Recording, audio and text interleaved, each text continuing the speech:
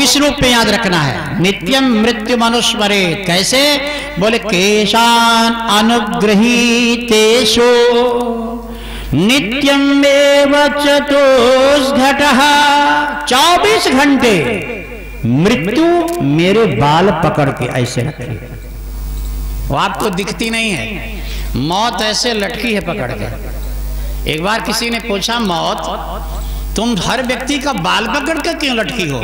बोले हम पता नहीं कब यमराज की कलम चल जाए, हमको टाइम लग जाए आने में। तो कलम चलते ही तुरंत निकाल कर हम भाग पड़ेंगे, फिर इसे हम बचने का मौका नहीं देंगे कि महामृत्युंजय कराने लगे, ये करने लगे, वो सब करने लगे। वहां से सीधे ओके होगा और यहां सीधे निकाल कर भागूंगा। माने मौत 24 घंटे बाल पकड़ करके पकड़ी है, इतनी सतर्क है मौत। और मृत्यु कभी प्रतीक्षा नहीं करती है। हमारा ग्रंथ कहता है कि नहीं प्रतीक्षते मृत्यु कृतम अस्य नवा कृतम। नहीं प्रतीक्षते, मौत कभी प्रतीक्षा नहीं करती। कृतम तुमने कुछ किया है, ये वा न कृतम या नहीं किया है, मौत ठीक समय आएगी। हम लोगों का बड़ा लंबा लिस्ट है, लड़का होगा, बच्चा होगा, दुकान रखेंगे, मकान रखेंगे, ये करेंगे, वो करेंगे, लंबी लिस्ट है। अरे उसी लिस्ट में बीच में कहीं लाल स्याही भी लगा दो, वो ध्यान नहीं है। लिस्ट बड़ी लंबी है, लाल स्याही कहीं नहीं है। लाल स्याही कभी भी लग सकती है, ये भी दिमाग में रखो। लिस्ट बना लो लंबी, अच्छी बात है, लेकिन ये भी ध्यान रखो कि किसी क्षण भी मुझे जाना पड़ सकता है। तब क्या होगा? उस लाल स्याही से बचने के लिए लिस्ट के साथ साथ काम करते रहने के साथ साथ ईश्वर से भी जुड़े रहो कि प्रभु अगर कहीं मैं निकल गया बीच में अचानक, तो आप संभालना मेरे परिवार को, आप बचा लेना। यह ईश्वरत्व है। आज हिरण्यकश्यप को आभास होने लगा और हमारे राजा परीक्षित जी सुखदेव जी की जो कथा सुन रहे हैं ना, यही तो सुखदेव जी कहते हैं, राजन तुमको तो दोनों सत्य मिल गए और भगवान की दया से ब्राह्मणों ने ही दोनों सत्य दिखाया। परीक्षित ने कहा, गुरुजी कैसे? बोले एक ब्राह्मण श्राप दे करके मौत दिखा दिया और एक ब्राह्मण मैं कथा सुना करके भगवान को दिखाने जा रहा हूं, भगवान को दिखा दूंगा। जीवन में दो ही सत्य है, मौत और ईश्वर। ये दोनों से भागिए नहीं। और आजकल का व्यक्ति भागता है, अरे जिंदगी में किसी ने बेटा कहा तो अच्छा लगा, भैया कहा तो अच्छा लगा, लेकिन जब चाचा जी कहना शुरू कर दिए, दादाजी कहना शुरू कर दिए, तो मन घबराने लगता है। बाले काल का आनंद लिए हो, काल बाला था तब मजा आया, तो अब सफेद बालों में भी सफेद शेर बन करके जियो। क्यों छिपाते हो बाजार का कोयला लगाकर? वह भी एक आनंद है, उस आनंद का अनुभव करिए। मौत प्रसन्न होगी कि परिस्थिति जैसे बढ़ती जाएगी मुझे स्वीकार कर रहा है, लेकिन मौत भी नाराज हो जाएगी कि हमने बाल सफेद कर दिया तो उसको फिर रंग रहा है। प्रकृति में जिंदगी जीना सीखिए, आनंद आएगा। अब जो रंगते हैं तो मैं उनको मना नहीं कर रहा हूं, भाई मेरे नाराज मत होना, लेकिन फिर भी प्रकृति को तो स्वीकार करना पड़ेगा, बुढ़ापा स्वीकार करना पड़ेगा और उसमें ही आनंद ढूंढिए, उसको छिपाइए नहीं। आप कितनी सुंदर बनोगे। आप 40 साल तक चेहरा चमक गया एकदम लगाए बिना स्लो पाउडर के भी, अब जब सिकुड़ना शुरू हो गया तो उसको क्या करोगे? छीलोगे, सर्जरी कराओगे। हर जीवन के हर अंग का आनंद लीजिए। आज हिरण्यकश्यप अपनी अच्छी मौत में मरने जा रहा है। हम हिरण्यकश्यप की कथा करते हैं तो गर्व से कहते हैं, हिरण्यकश्यप मरने के पहले दोनों सत्य का दर्शन कर लिया, प्रहलाद की बातों पर सत्य स्वीकार किया और जान गया कि प्रहलाद मेरा पुत्र है, मेरी मृत्यु का कारण यही होगा। हिरण्यकश्यप ने मुट्ठी बांध करके कहा, पुत्र अब हम इस खंभे में नारायण को देखेंगे। बोले देखिए, बोले तुम्हें दिख रहा है कि नहीं?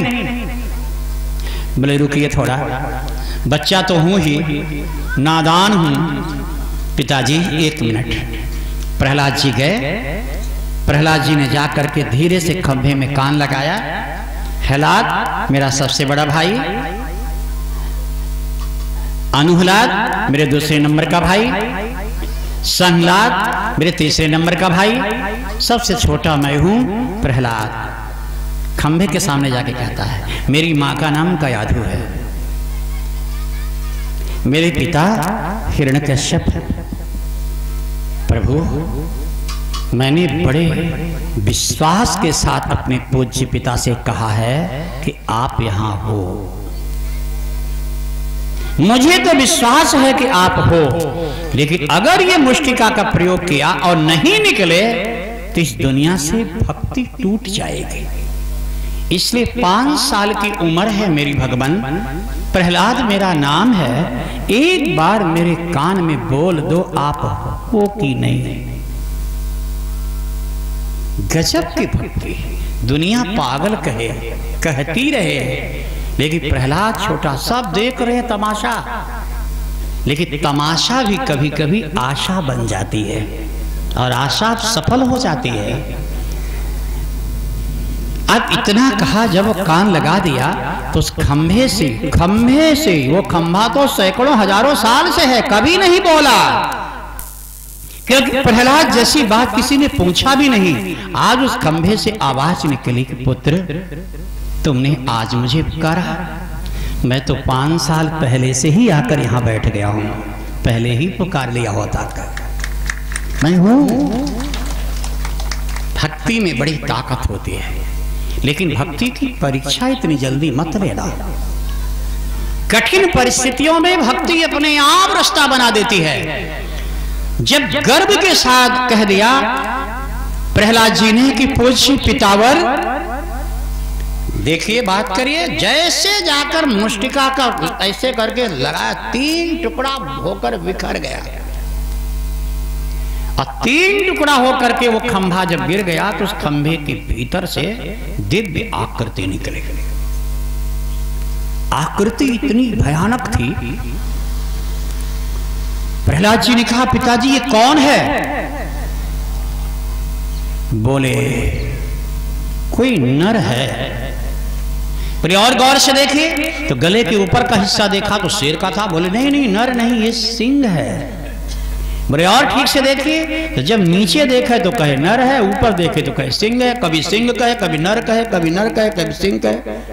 प्रहलाद ने कहा पिताजी आप अभी अधकचरे में हैं,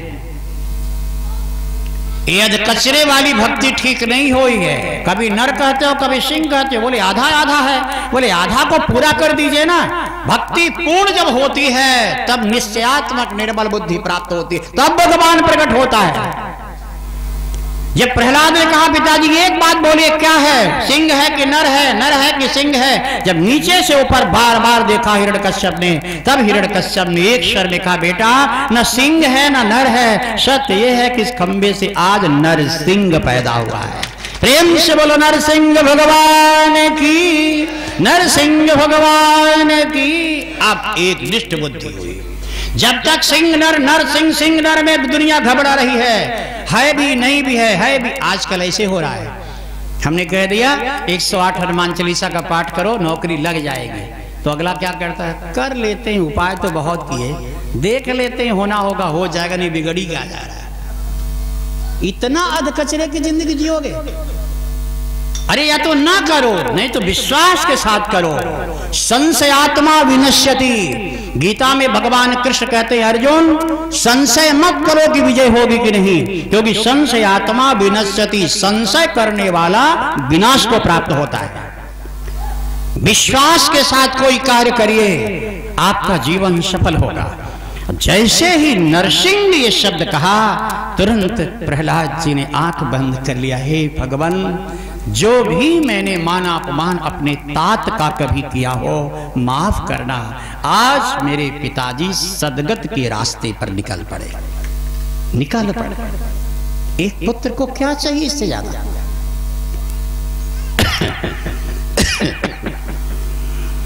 अब जरा देखे भक्ति के कई रूप होते हैं।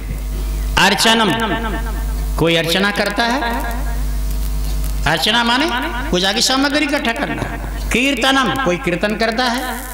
कोई स्मरणम, कोई स्मरण करता है, कोई पाद सेवनम, कोई केवल चरणों तक लेता है, कोई श्रवण करता है, कथा का श्रवण करता है, यह भी भक्ति है, कोई वंदना करता है, हाथ जोड़े खड़ा है, कोई दास्यम, दास बनता है, माने भक्ति जगे न जगे, भाव हो ना हो, मंदिर की रोज आएंगे, झाड़ू लगाएंगे, पोछा लगाएंगे, मिले ना मिले कुछ अलग की बात है, ये दास भक्ति है। कोई भगवान को मित्र मान लेता है और कहता मित्र ध्यान रखना, कोई ऐसा है जो सब कुछ निवेदन कर देता है, सर्वस्वात्म निवेदन। ये 9 प्रकार की भक्ति होती है। प्रहलाद में सारी भक्ति थी। श्रवणम कीर्तनम विष्णु, स्मरणम पाद सेवनम, अर्चनम वंदनम दास्यम, सख्यम आत्मनिवेदनम। प्रहलाद आज प्रसन्न हो गया।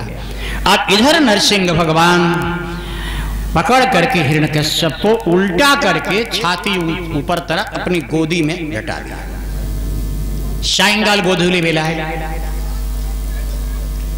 वज्रनख ऐसे निकाला, बोले कुछ कहना चाहते हो हिरण्यकश्यप? एक बात पहले बताओ, तुमने ब्रह्मा से वरदान मांगा था कि न ऊपर मरो न नीचे, न जल में मरो न स्थल में, न अस्त्र से मरो न शस्त्र से। बताओ तो ऊपर हो कि नीचे? बोले न ऊपर न नीचे, आपकी गोदी में। बोले मांगे थे वरदान न जल में मरो न थल में। बोल कहाँ हो? बोले न जल में न थल में, आपकी गोदी में। बोले हमारा नख देख रहे हो? तुमने ब्रह्मा से वरदान मांगा था त्रिलोकी में किसी अस्त्र शस्त्र से न मरूं। ये मेरा कौन सा अस्त्र शस्त्र है? बोले ये तो नख है। बोले क्या तुमने ये भी वरदान मांगा था कि नख से? बोले सोचा ही नहीं था कि तुम नख से भी मारते हो, सोचा ही नहीं था कि तुम गोदी में भी रख के मारते हो। अगर ये भी सोचा होता तो ये भी वरदान मांग लेता कि किसी की गोदी में भी न मरूं, किसी के नख से भी न मरूं। ये विचित्र लीला आज मैंने पहली बार देखी। बोले जो भूल गया सो भूल गया। तुमने ये वरदान मांगा था दिन में मरो न रात में। बोले न दिन न रात, गोधूली है।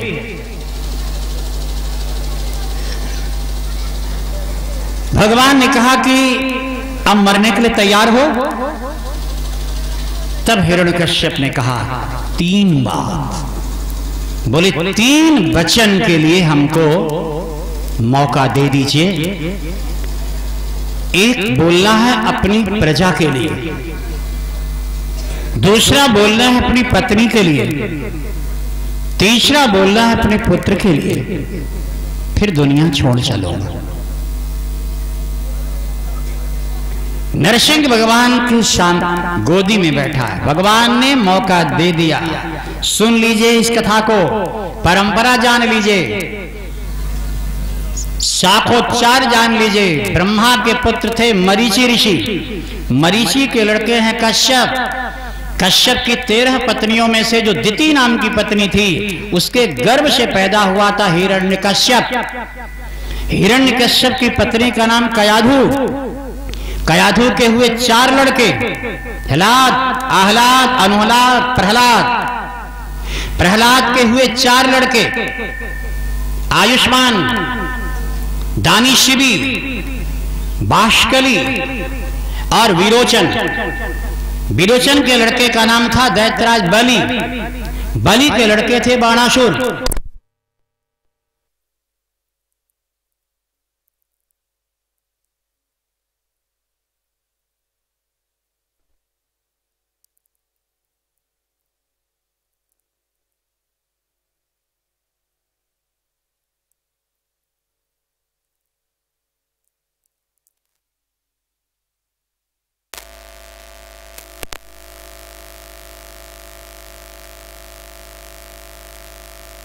संतों ने समर्थन किया है कि इसको श्रवण करने से अपना कुल खानदान प्रहलाद जैसी भक्ति से हरा भरा रहता है, कोई कमी जीवन में नहीं होती।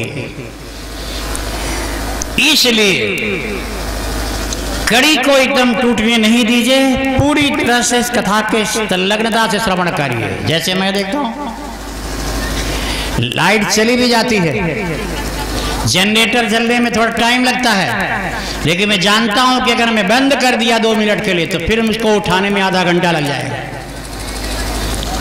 इसलिए लाइट जाए जाती रहे उसका काम है, जनरेटर चले चलता रहे उसका काम है, लेकिन इसके बाद में मैं बोलता रहता हूं, मैं अपनी कड़ी को नहीं नष्ट करता। कड़ी टूटनी नहीं चाहिए जीवन की। जैसे सांस निकलती है फिर आती है, निकलती है फिर आती है, अगर सांसें थोड़ी देर रुक जाए तो क्या होगा? राम नाम सत्य है, फिर जनरेटर आता रहेगा। इसलिए कड़ी टूटनी नहीं चाहिए। इसलिए मैं कथा में बीच में विराम नहीं देता हूं और चलता रहता है। कम लोग सुनेंगे, नहीं ज्यादा दूर सुना, लेकिन हनुमान जी की कृपा से इतने लोग तो सुन ही लेंगे बिना माइक का भी। इसलिए क्रम को तोड़ना मैं नहीं चाहता हूं। सांसों की तरह मैं अपनी भागवत की कथा को भी करता हूं निष्ठा के साथ। और जब मैं बैठता हूं 12 बजे, मैं एक मिनट का लाभ लेने की कोशिश करता हूं। मैं कोई ब्राह्मण बनिया का चुटकुला, यहाँ गया तो वहां हुआ, वहां गए तो ये हुआ, वहां ऐसा हो गया, वो व्यक्ति, ये सब मैं नहीं करने के चक्कर में मैं एक मिनट का लाभ लेना चाहता हूं भागवत में और देना भी चाहता हूं। इसलिए मेरी गुरु परंपरा है कि जब तक मंच पर रहेंगे तब तक हम भागवत के अन्यत्र कोई बात करना पसंद नहीं करते। मुझे तकलीफ भी होती है, ऐसा नहीं है कि चुटकुला बोल करके हंसने हंसाने का कभी मन करे, लेकिन हम जानते हैं कि अगर हम इस कथा मंच पर बैठकर इतना खर्च किया है आपने भागवत के लिए, आप कोई ब्राह्मण बनिया का चुटकुला सुनाने के लिए बुलाए नहीं हो। झांसी में हम उतरे, फिर एक अंगूर वाला मिला, फिर एक पागल मिला, इसके लिए तो आप बुलाए नहीं हो।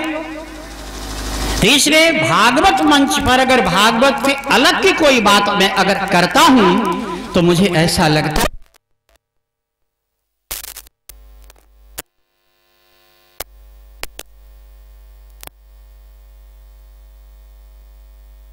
मैं ध्यान देता हूं कि कथा में आनंद मुझे भी आना चाहिए और हम भी आनंद लेते हैं।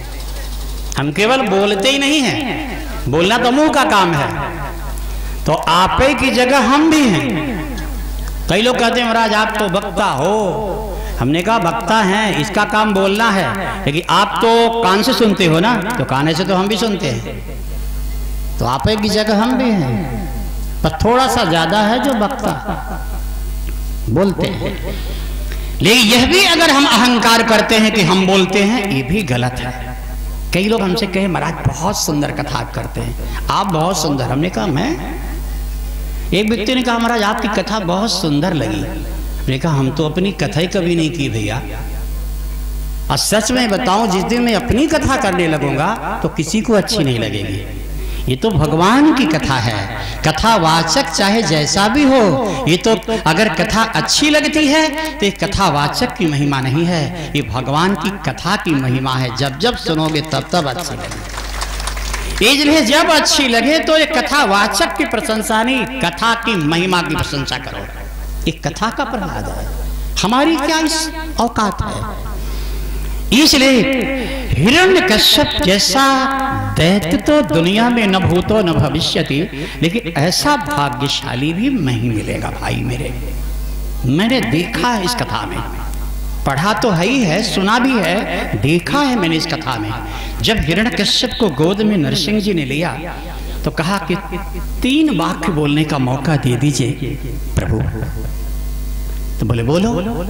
बोले एक तो प्रजा से कहूंगा, सारे अपनी प्रजा को सामने। हिरण्यकश्यप की राजधानी कहां थी पता है? 2 चीजें तो जान लीजिए, गुरुकुल और राजधानी थोड़ी दूरी दूरी पर था। हिरण्यकश्यप की राजधानी थी मुल्तान, जो आज पाकिस्तान में है। आज भी वहां ऐसे कुड़मुड़ लोग हैं। और हिरण्यकश्यप का गुरुकुल था कहाँ? जहाँ शुक्राचार्य जी पढ़ाते थे, वो था भारत में आज पंजाब में जो अमृतसर का मंदिर है, वो गुरुकुल का गुरुद्वारा था। ये अमृतसर जो गुरुद्वारा है आज, ये शुक्राचार्य का गुरुकुल था। और ये भी आप जान लीजिए कि नरसिंह भगवान का प्राकट्य राजभवन में हुआ था कि गुरुकुल में? तो ये जान लीजिएगा ठीक से कि नरसिंह भगवान का प्राकट्य राजभवन में नहीं हुआ था, शुक्राचार्य के गुरुकुल में हुआ था। माने मुल्तान पाकिस्तान में नहीं, इनका हुआ था अमृतसर के गुरुद्वारा में, पंजाब में हुआ था। इसीलिए पंजाबी लोग जितने हट्टे कट्टे होते हैं, नरसिंह भगवान सिंह जैसे होते हैं, क्योंकि नरसिंह भगवान की छाप उन पर अभी भी पड़ी हुई है, शेर जैसे होते हैं, सिंह आकृति। तो ये छोटी छोटी चीजें जानना जरूरी है, क्योंकि हम अपने लड़के बच्चे नाती पोतों को बताएंगे ना। कथा को जीवन बनाना है। मैंने पहले दिन कथा में कहा है, सुनिए कम, समझिए भी कम, उतारिए ज्यादा। सुन चुके बहुत, समझ चुके बहुत, अब उतारना सीखिए। तो ये छोटी छोटी चर्चाएं अपने बाल बच्चों नाती पोतों से भी करनी चाहिए, तो आपका घर खुद भागवत बन जाएगा। हिरण्यकश्यप ने प्रजा को बुलाया, सारी प्रजा को कहा, प्रजावासियों। प्रजा ने कहा, महाराज लंबा समय आप साथ रहे, अब आप जा रहे हैं। बोले हम जाने से पहले एक आदेश देते हैं, आप सब लोग मानेंगे? बोले आप हमारे राजा हैं, लेकिन हैं अब नहीं रहेंगे, अब राजा बदल जाएगा। तो राजा बदलने के बाद भी मेरी बात मानोगे तुम लोग? दिल खोल कर सारी प्रजा ने कहा, महाराज जब तक प्राण है शरीर में तब तक मानेंगे। बोलो मानेंगे। प्रजा भी अच्छी थी। हिरण्यकश्यप ने क्या कहा अपनी प्रजा से? हिरण्यकश्यप ने केवल एक शब्द कहा, ऐ मेरे देशवासियों, जो गलती हमने की है जीवन में, वो गलती तुम कभी मत करना। प्रजा ने कहा, महाराज आपने क्या गलती की? बोले हमने जीवन में कभी पत्थर में भगवान नहीं माना। मेरा बेटा बार बार समझाता रहा, लेकिन मैंने पत्थर में कभी भगवान नहीं माना। ये गलती तुम लोग मत करना। तुम लोग पत्थर की मूर्ति में भी भगवान को मानना और मानते रहना जीवन भर। जैसे ये खंभे का पत्थर प्रकट हो करके मेरे प्रहलाद को बचाया है, ऐसे ही वो मूर्ति तुमको भी कभी प्रकट हो करके बचाएगी। ये मेरा संदेश है देशवासियों। राजा ऐसा होना चाहिए। अब दैत्य होने की वजह से हम इतनी उसकी निंदा करेंगे, ऐसा संभव नहीं है। प्रेम से बोले संत भगवान की, भक्त वत्सल भगवान की। ये पहला है। अब आप बताइए कि कह दिया कि मूर्ति में पूरा विश्वास और निष्ठा रखना, ये हिरण्यकश्यप ने आदेश दिया। ये आदेश कोई गलत तो नहीं ना है? इसलिए हम सब भी उसी प्रजा के अंतर्गत इसे मानना चाहिए। और दूसरा वाक्य कहा अपनी पत्नी से। पत्नी कयाधु को बुला करके कहा, सुनो। पत्नी रोने लगी, आंसू पोंछने लगी। हिरण्यकश्यप ने कहा, रोती क्यों हो? रोती क्यों हो? बोले जीवन का स्वामी जा रहा है और आप कहते हो रोती क्यों? बोले जरा सुनिएगा, दुनिया से विदा होने वाले पति पत्नी बहुत बिछुड़ते हैं, लेकिन यह भी एक पति पत्नी बिछुड़ रहे हैं। जरा सुनिएगा क्या स्थिति होती है। हिरण्यकश्यप ने कहा, क्या चाहती हो? मैं नरसिंह भगवान से प्रार्थना करके, अपनी भूल स्वीकार करके अभी जीऊं? भाई तुमको अग्नि के सामने मैंने पानी ग्रहण किया है, तो मैं तुम्हें निराश नहीं करूंगा। क्या चाहती हो? मैं अभी जीऊं? नहीं, कुछ नहीं बोली पत्नी, नहीं बोली। आप लोग समझे नहीं पाएंगे, धर्मशास्त्र हमारा इतना विचित्र है। हम तो एक बार ऐसे ही एक ऐसी स्थिति हुई कभी कि पत्नी ने कहा, हम भी गृहस्थ हैं, पत्नी ने हमारी कहा, उसे भगवान से पूजा कर रही थी, तो मैं पीछे खड़ा था। उसने पूजा करके कहा, हे भगवान बस इतनी कृपा करना कि मैं अपने पति के सामने चली जाऊं। 3-4 बार उसने कहा। हमने कहा कितनी बड़ी शत्रु है मेरी, इसको तो मनाना चाहिए कि हे भगवान, जब तक मैं सेवा कर सकूं, पति की सेवा करूं, मेरे से पहले जा रही है, माने अपनी व्यवस्थाओं ठीक बनाई जा रही है, फिर जो हो सो हो इसका। ये क्या जीवन साथी का लक्षण है भाई? हमने कहा ये आज के बाद ये भगवान से कभी मत मांगना, शत्रु की तरह व्यवहार करती हो, मेरे सामने चले जाओ तो मेरा क्या होगा। दुनिया की हर पत्नियां यही मांगती हैं कि मैं सुहागन चले जाओ, अपने पति के सामने चले जाओ। अरे जब जाना होगा तो जाना होगा, ये ईश्वर निर्णय करेगा, तुम क्यों मांग रही हो? यही तो हिरण्यकश्यप कहता है, क्या चाहती हो? 1.5 करोड़ वर्ष तक धरती पे मैं जिया हूं, और ये बताओ, पत्नी से बात कर रहा है, ये बताओ देवी, कभी मरूंगा कि नहीं? सही बोलो, मरूंगा कि नहीं? बोले हाँ मरेंगे तो कभी, दुनिया में जो आया है सब जाएगा। अद्यवाब्द शताब्दे वा मृत्युर्वै प्राणिनाम ध्रुवः, मरना तो निश्चित है। बोले मरना निश्चित है तो कभी तो मरेंगे ना, तो तुम क्या चाहती हो कि गंदी नाली में गिरकर मरूं? नारायण मेरे लिए आया है, उसकी गोदी में बैठ करके मैं जा रहा हूं दुनिया से, ये मौत अच्छी नहीं लगी तुम्हें? फिर भी रो रही हो, गंदी नाली में गिर के मरो। तो पत्नी ने तुरंत आंसू पोंछे, नहीं नहीं स्वामी। बोले हंसकर विदा करो मुझे, हंसकर विदा करो मुझे। सुनो, मैं जा रहा हूं, लेकिन रोना नहीं, मैं दुनिया से जा तो जरूर रहा हूं, लेकिन तुम्हारी गोदी में प्रहलाद जैसा बेटा देकर जा रहा हूं। सारी दुनिया जिसकी भक्ति की जय जयकार करेगा, वो बेटा तुम्हारी गोद में छोड़कर जा रहा हूं, तुम्हारा अपमान कभी नहीं होगा। रोना नहीं मेरे वीर, वीर पुरुष की पत्नी रोती नहीं है। बड़ा ज्ञान दिया और आखिर में आंसू सूख गए मुस्कुराते हुए। बोले प्रभु अब एक वाक्य अपने बेटे से करूंगा। प्रहलाद इधर आओ।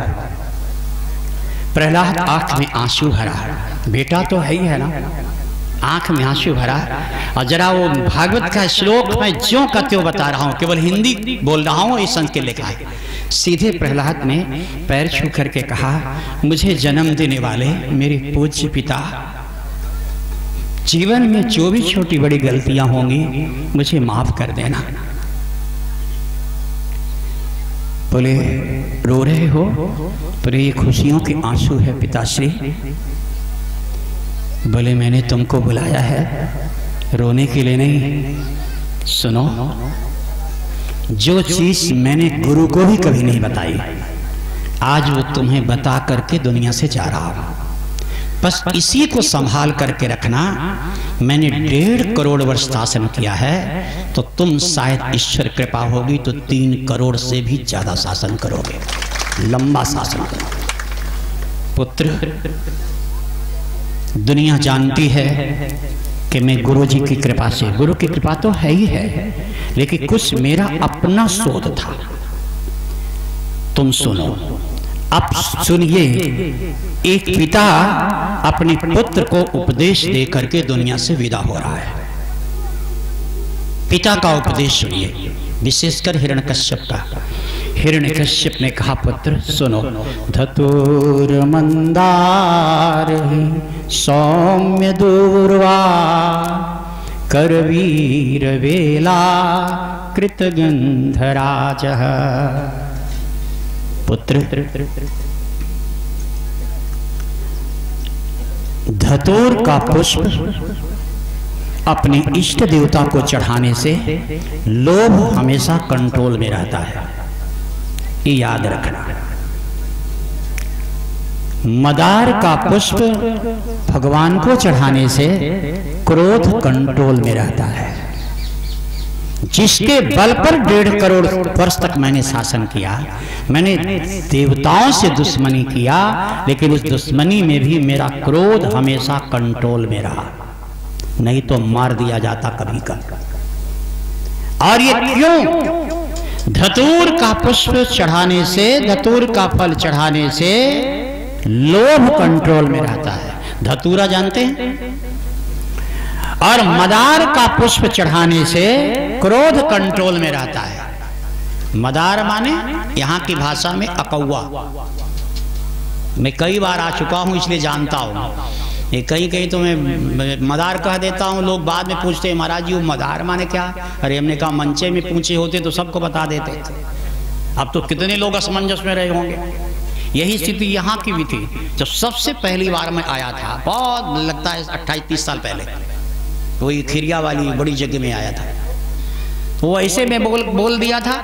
तो फिर फोन से लोग पूछ रहे कि महाराज वो मदार माने क्या? मदार हमने कहा तो पहले क्यों नहीं बताया? मदार माने अकौआ, समझ गए?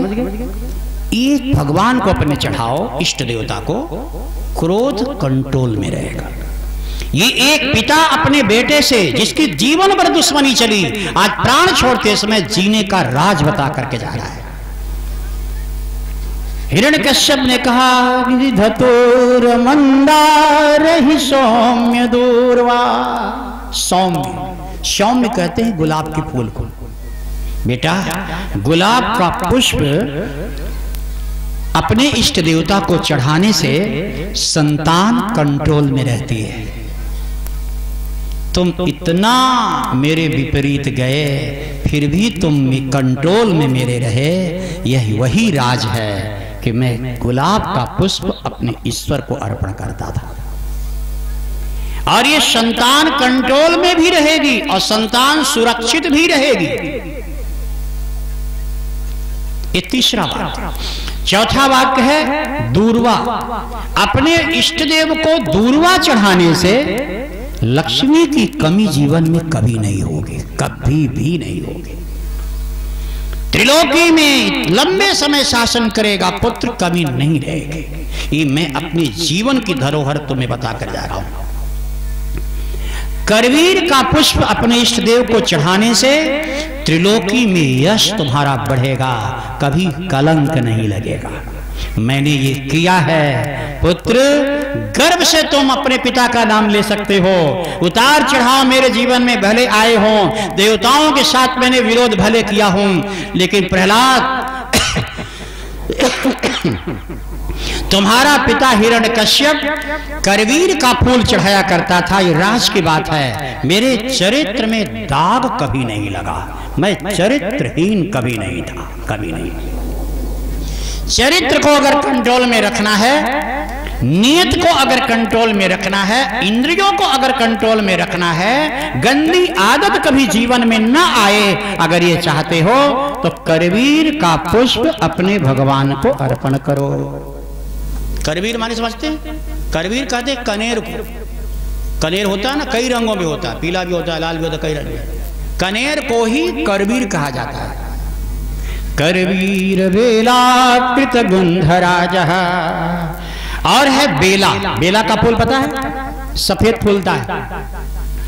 बेला का पुष्प चढ़ाने से न्याय मिलता है। न्यायवादी होते हैं और न्याय मिलता है। आज इसी के बल पर जीवन भर मैंने गुप्त रूप से ये चढ़ाया है। इसी के बल पर आज मुझे न्याय मिल रहा है। मेरा भगवान बिना पूछे तुरंत मुझे नहीं मार दिया, गोदी में बैठा करके अपनी प्रजा से, पत्नी से, पुत्र से बात करने का पर्याप्त मौका दे रहा है। ये न्याय है। इस और अंतिम है गंधराज। एक पुष्प होता है गंधराज का, नहीं जानते तो नरसिंह में देखें, मेरे तो आश्रम में है। गंधराज का पुष्प 12 महीना खिलता है। बड़ा पेड़ होता है और सफेद सफेद गुच्छेदार ऐसे निकलता है। सुगंधी बहुत होती है। रात में नीचे से निकला पूरा एकदम सुगंध में। मैं गंधराज उसको जानता हूं। गंधराज आप कहेंगे तो मिल जाएगा। अगर गंधराज किसी कारण से नहीं है तो इसके लिए कहा कि जपा कुसुम संकाशम। जपा कुसुम, जपा कुसुम कहते हैं एक फूल होता है जो देवी को चढ़ता है, अड़हुल, गुड़हल, समझ गए? उसको संस्कृत में जपा कुसुम कहा जाता है। ये देवी को बड़ा पसंद है। हमारे पूज्य प्रातःश्रमणी स्वामी करपात्री जी सारे जीवन जपा कुसुम का ही तेल लगाया करते थे। स्वामी करपात्री जी महाराज ऐसे गुरुवर थे, जीवन में कोई आज तक जान ही नहीं पाया। पीएचडी लोग लिख रहे हैं आज, जो तो 7 साल से पूरी नहीं हुई बीएचयू में। पीएचडी लिख रहे हैं कि स्वामी करपात्री जी के इष्टदेव कौन थे। क्यों? कि वो लगाते थे त्रिपुंड हमेशा, लेकिन जब जब उनको देखा गया पूजा करते या पाठ करते तो दुर्गा जी का, और मूर्ति हमेशा रखते थे भगवान विष्णु का। आज तक कोई नहीं समझ पाया कि विष्णु के पुजारी हैं कि दुर्गा जी के कि शंकर जी के। जीवन एक रहस्यमय बना रहा, और इसी तरह हिरण्यकश्यप का सारा जीवन रहस्यमय बना रहा, और उसी रहस्यमय जीवन के बल पर त्रिलोकी पर शासन किया हिरण्यकश्यप, त्रिलोकी पर शासन किया। इसलिए गंधराज का पुष्प या अड़हुल का पुष्प, गुड़हल का पुष्प भगवान को अर्पण करने से अपने इष्ट देवता को सर्वगुण संपन्नता आती है, सर्वगुण संपन्न। पुत्र ये कार्य करना। हिरण्यकश्यप के इस वाक्य को स्वीकार किया, और स्वीकार करने के बाद एकदा सुरराट पुत्रम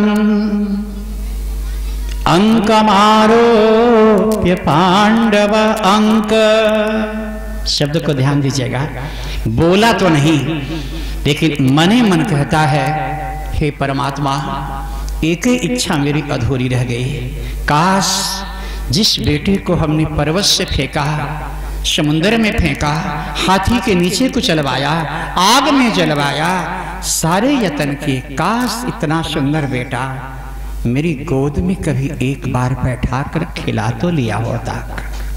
ये सपना अधूरा ही रह गया। और इतने में भगवान ने वज्रनख हृदय पर लगाया, और लगा करके चीर करके 2 टुकड़ा हृदय को ऐसे कर दिया। देखने में वो हृदय तो विदीर्ण करके 2 टुकड़ा ऐसे कर दिया, जैसे एक तिनके को 2 ऐसे नखों से पकड़कर ऐसे छील दिया जाता है, उसी प्रकार के वक्षस्थल को पकड़कर यूं ऐसे छील दिया।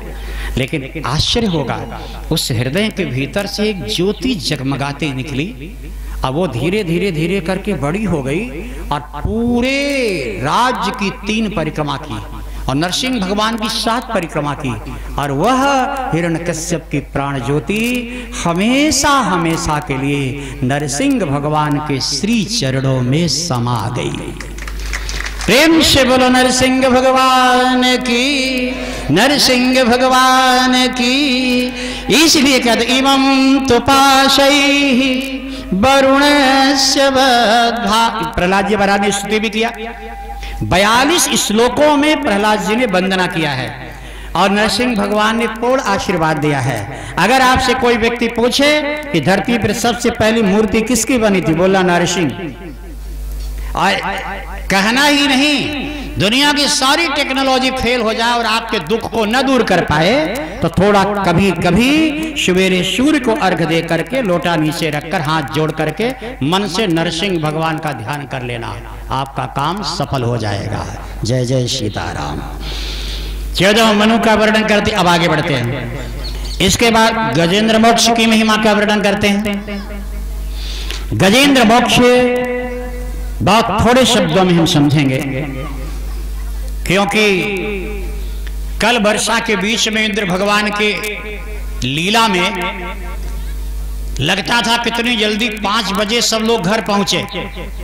उसी तरह आज मुझे लगता हो, मैं आज मनाता हूं, मेरे गोविंद आने वाले हैं वृंदावन धाम में, आज मैं मनाता हूं कि ये घड़ी की सुई थोड़ी धीरे चले, अब 5 बजने में टाइम लगे।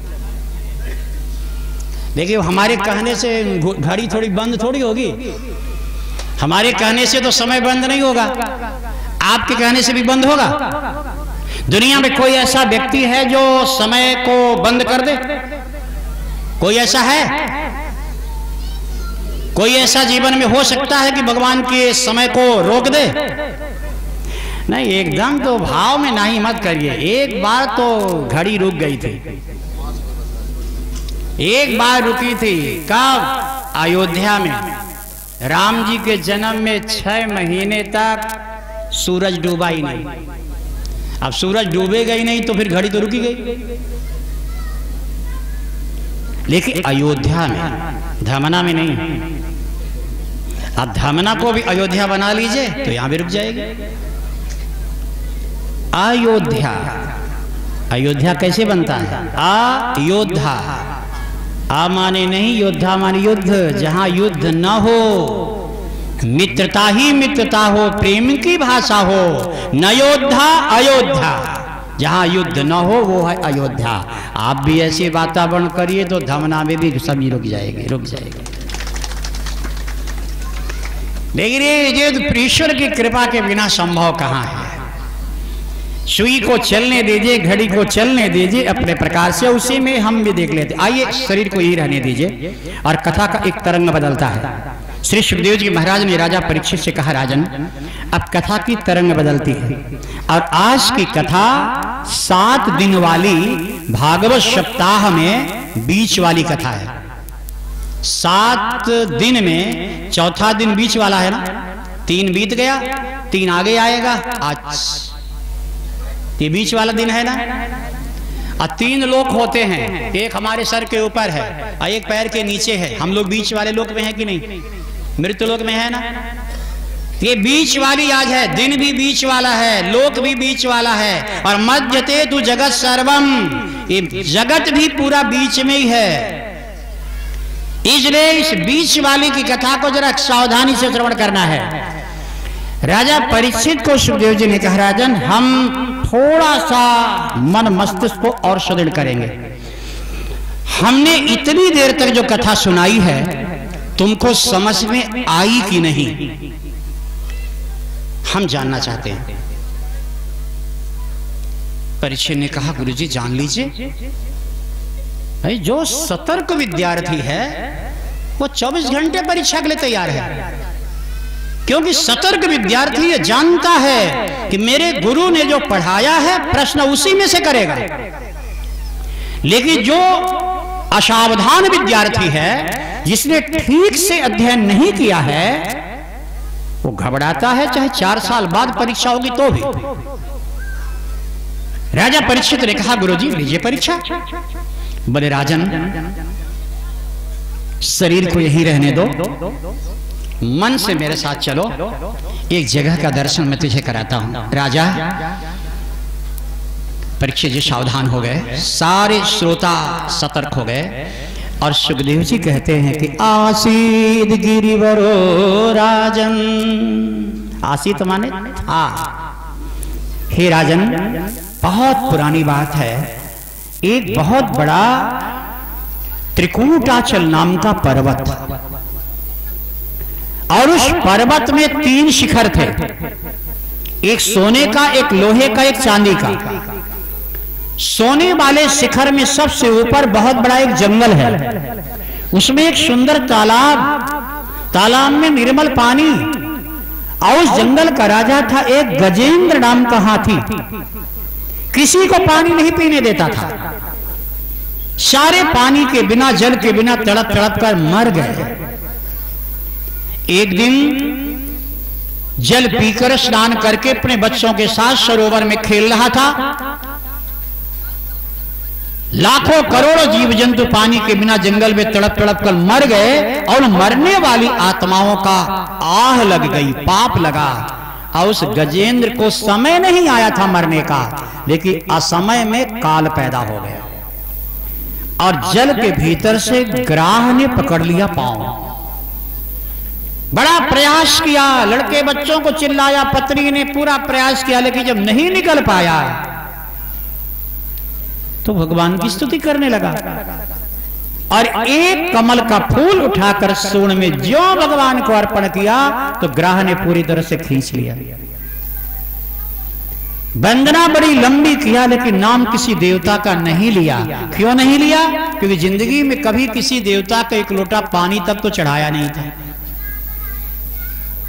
राजन अंत में जब पुष्प उठा करके अर्पण किया तो यद्यपि वो डूब के मर जाता, ग्राह निगल जाता। राजन हम तुमसे पूछना चाहते हैं, और यहीं पर निश्चित होगा कि तुमको मेरी कथा समझ में आ रही है कि नहीं। गज और ग्राह की लड़ाई में कौन जीतेगा, कौन हारेगा, बताओ। अब कथा की संगति बदल रही है। 3 दिन हो गया, चौथा दिन जा रहा है, इसके बाद 3 दिन तो बचेगा। तो एक गुरु का कर्तव्य है कि अपने श्रोताओं को जाने भी ना कि कितना सर पे उतारे कथा। परीक्षित बोलो, गज और ग्राह की लड़ाई में कौन जीतेगा कौन हारेगा? तो परीक्षित जी तो बहुत बुद्धिमान थे।